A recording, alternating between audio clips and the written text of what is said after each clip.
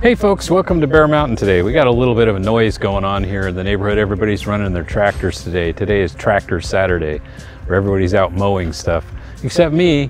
What I'm doing today is I'm working on making some herbal solution. It's part of the JADAM system for starting to control some of the insects around here. We show you some pictures here of what's happening with cucumber beetles on plant starts, as well as it's also affecting things like our dahlias, cucumbers planted in the field, etc. So these guys are really getting voracious.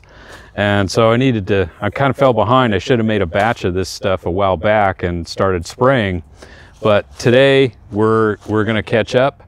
And this is eucalyptus. So what we use in our herbal solution we found is effective against cucumber beetles is eucalyptus leaves, small eucalyptus stems, and also some of the berries if they're producing berries. There's lots of oil in here, and this smells like, whoa, very strong eucalyptus. So what we do is we pick about 2 pounds worth, and this is a 5-gallon, or I guess they call it a 5-gallon paint strainer bag. You can get these like at a hardware store. It's a fine mesh bag.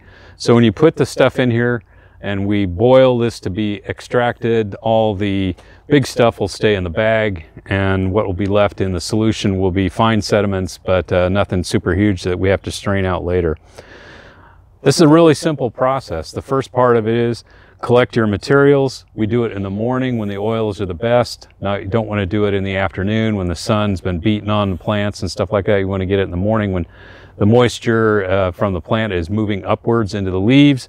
And that way, you know, they're as fresh as they can possibly be and have a whole bunch of good stuff in it. This is just a simple propane burner. Doesn't really have much going for it other than hooked to a propane tank. And this is an old, I wish I had stainless steel. If I was my preference, I'd use a stainless steel pot, but we've used this old aluminum pot with a lid, and it seems to work pretty good. The way that we're going to do this is simple. You got to use either softened water or distilled water. You cannot use, you know, just straight hard water that might be out of your tap from the city. You don't want to do that either, because that's got chlorine and other things in it. Plus it may also be a bit of a hard water. Secondly, you don't want to use well water that's a hard water, because this is going to be, when we apply it, is going to be mixed with a wetting agent that requires softened water, or you can use distilled water, or rainwater is also another thing. And sometimes if people have it collected from, you know, over the winter time in a rain barrel or something like that, that's perfect to use.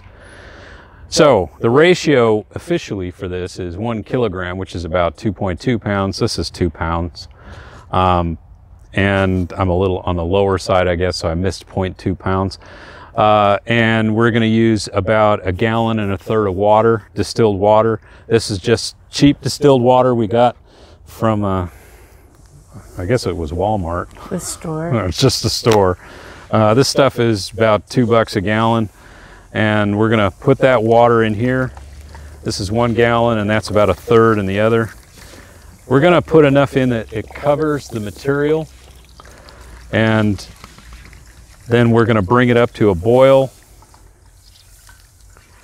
and then kind of lower it to a simmer where it's just like a small rolling boil.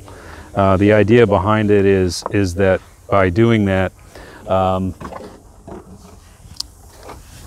we don't evaporate off all the water in the cooking process, because the cooking process is going to go pretty close to about 5 hours, roughly, on a very low heat.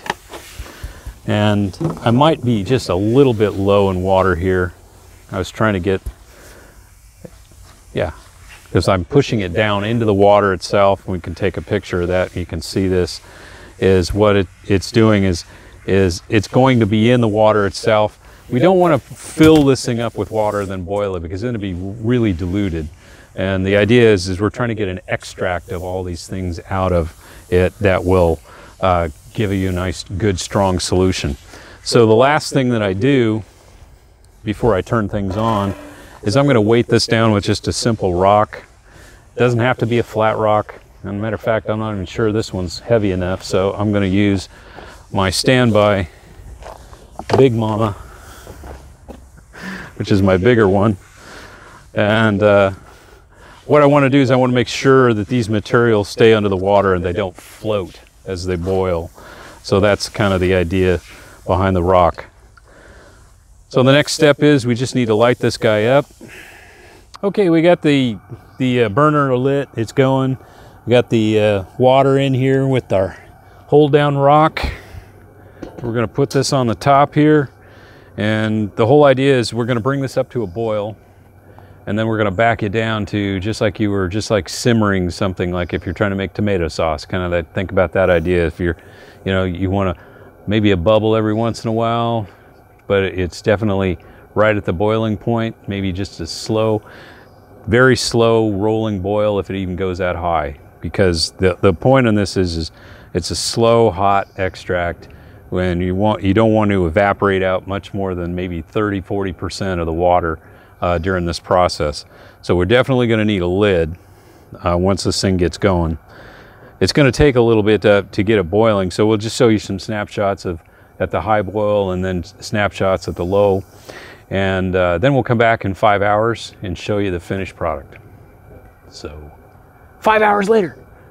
Okay, it's been magically 5 hours and the material is ready. It's been on a low boil the whole time. And it is definitely ready to go. Ooh, it don't want to, really fragrant. I'm gonna set this aside over here. Okay, so we're gonna turn this completely off and remove it from the heat. Now what we got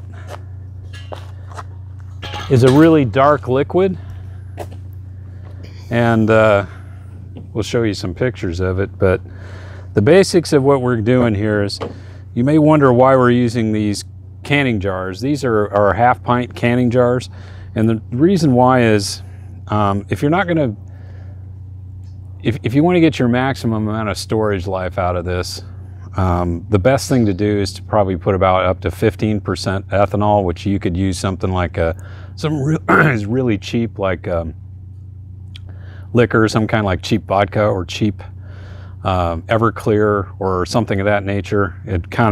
You could mix it up to 15% into this, and when you seal up the lid, you'd get probably 1 or 2 years of life out of it.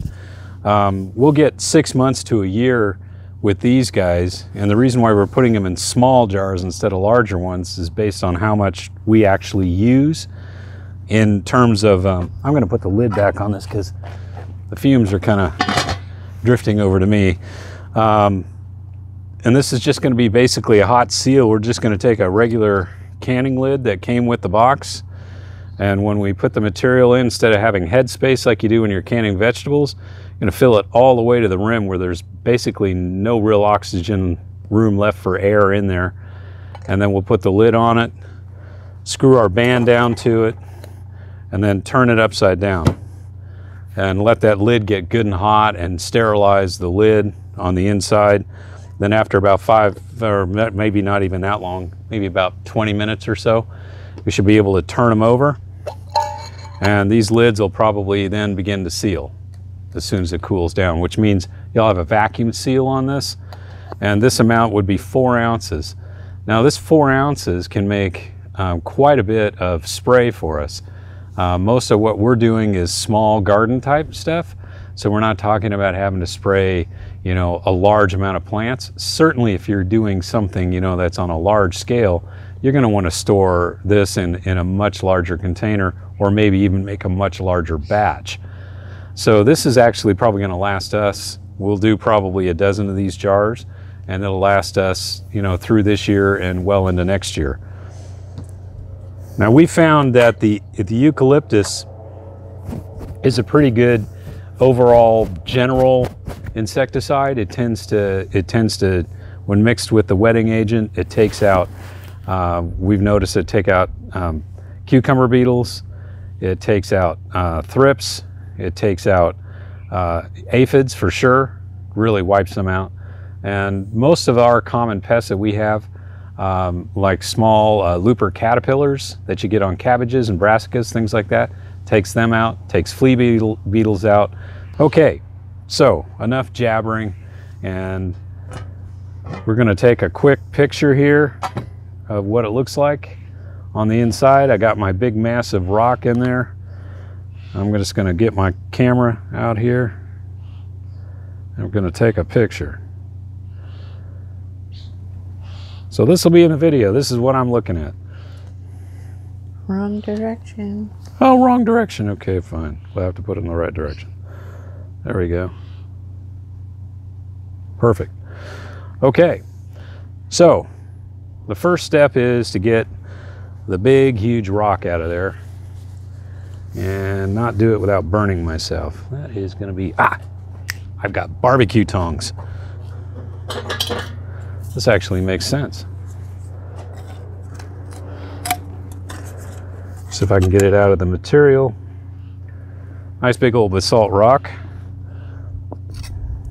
Quite hot. And then we're going to take the bag. That won't melt the plastic? Nope. It shouldn't, because it's going to cool down pretty fast. So we're going to let as much of the material drain out of it as possible.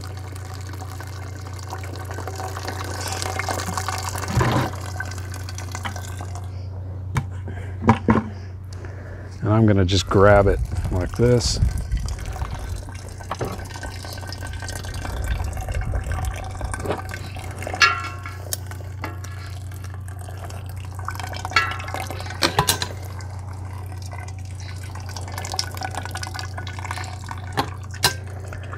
It takes a little bit to get it drained out.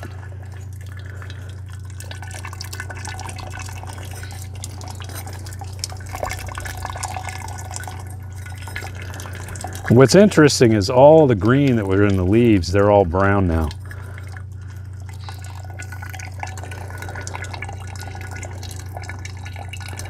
And the nice thing about using these bags is there's no sediment or large pieces in there, but just to be certain, I mean, I could probably let this drain for a long time. We'll just take the extra once it's in here and use it later. Okay, the last thing, I put an extra paint strainer. This is a small, like they call it a 1 gallon size, but it basically fits over this nice funnel. And I'm going to use that to make certain I get, you know, a good fill. So let me just move this guy a little closer.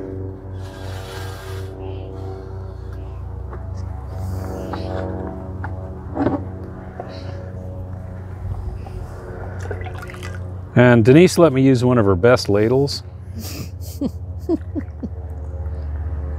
Not going to be canning with one of those.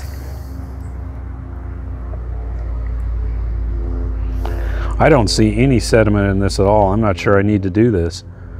I feel pretty confident that I can have a real good. Now you look at this and you see, wow, that looks like coffee. Surely doesn't smell like it or taste like it, I imagine. I wouldn't taste it. It's not that it's harmful to you, it just would probably really... I don't think you're supposed to eat eucalyptus, are you? No. So maybe I'll have to rephrase that. It probably would hurt you. I've still got about a 1/4 inch left of space, head space in here. There we go. And that,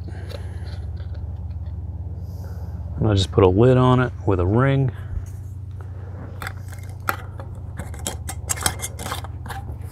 And I'm going to tighten it down much more than I would if I was canning, because I want to make sure that that is sealed. And I'm going to turn that guy upside down. You see, I still had more airspace in there, but I got it as close as I could.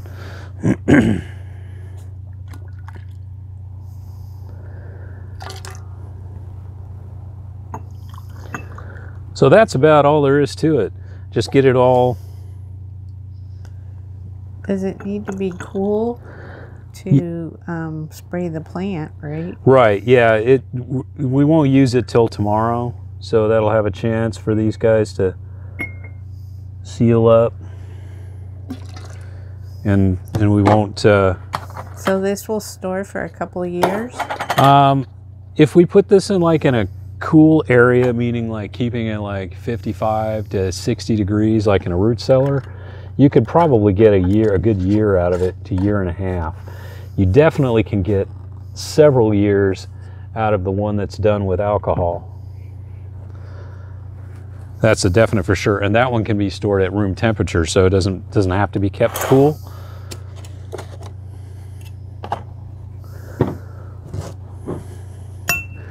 So yeah, this batch came out really good. I can smell it over here. Yeah, it should clear your sinuses. No. Yeah. I just can smell it. I'm not sure that Now, it's... again, this is all done with distilled or softened water, so it's important that you use that because you're going to be mixing this with other things like the wetting agent.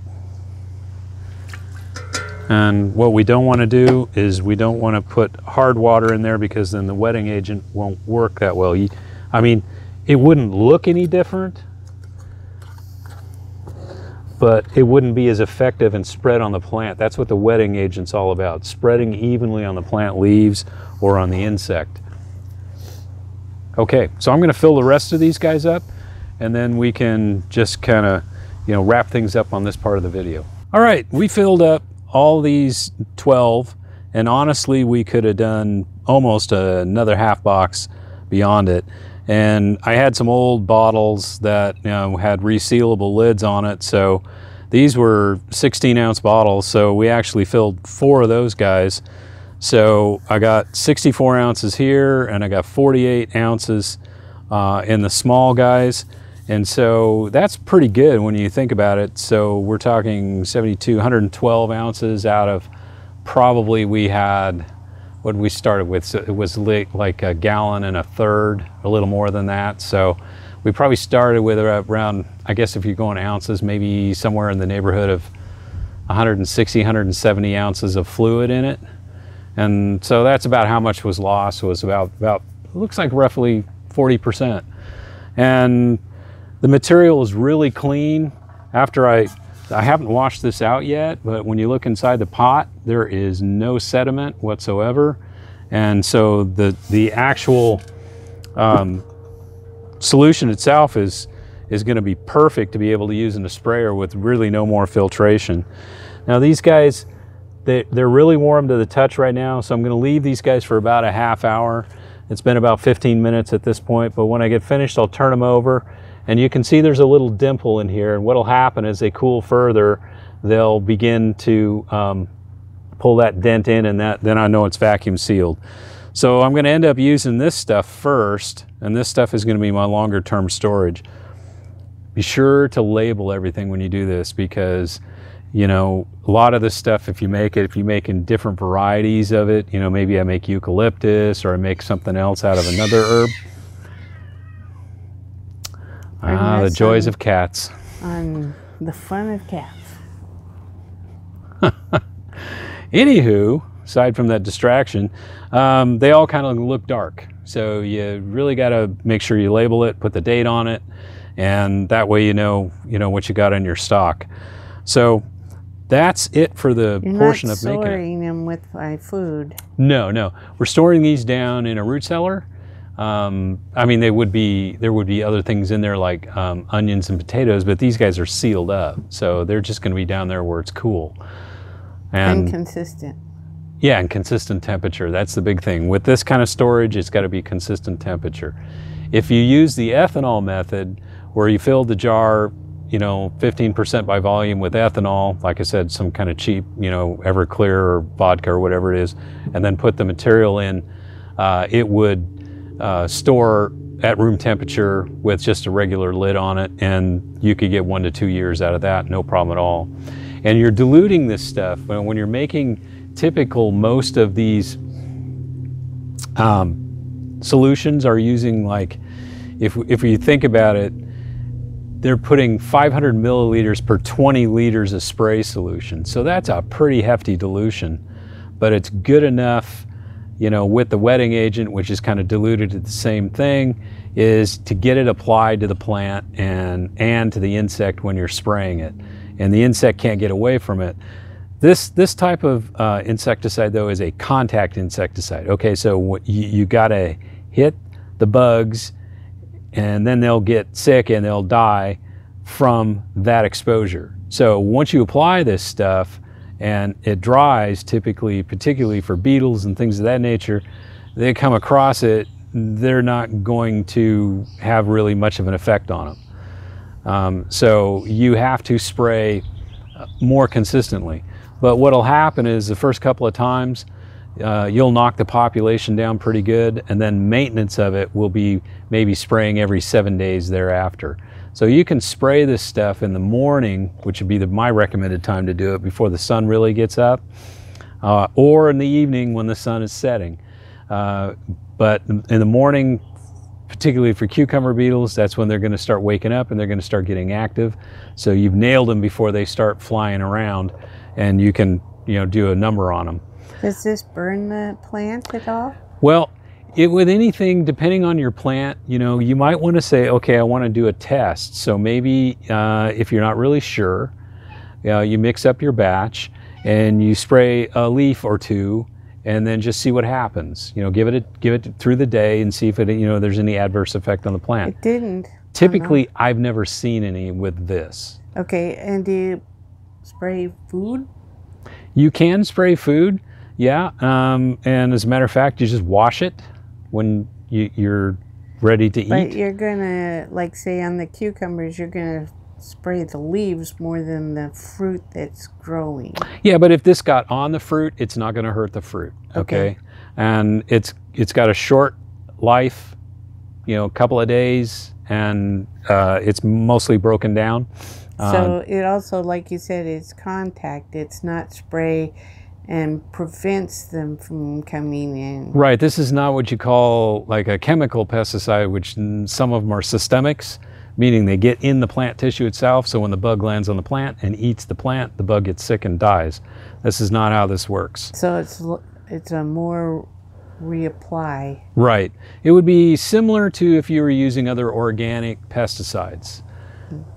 Most organic pesticides are contact pesticides like perithiums and rotenone is kind of, that's pretty heavy duty. BT? But BT, BT is a live organism, so when it lands on the leaves, it'll stay live and active as a bacteria for a period of time. So when the moth lands or the eggs hatch and they begin feeding, that BT could still be there. So it's got a good week to 10 days of usefulness on it, but that's because that's a live organism.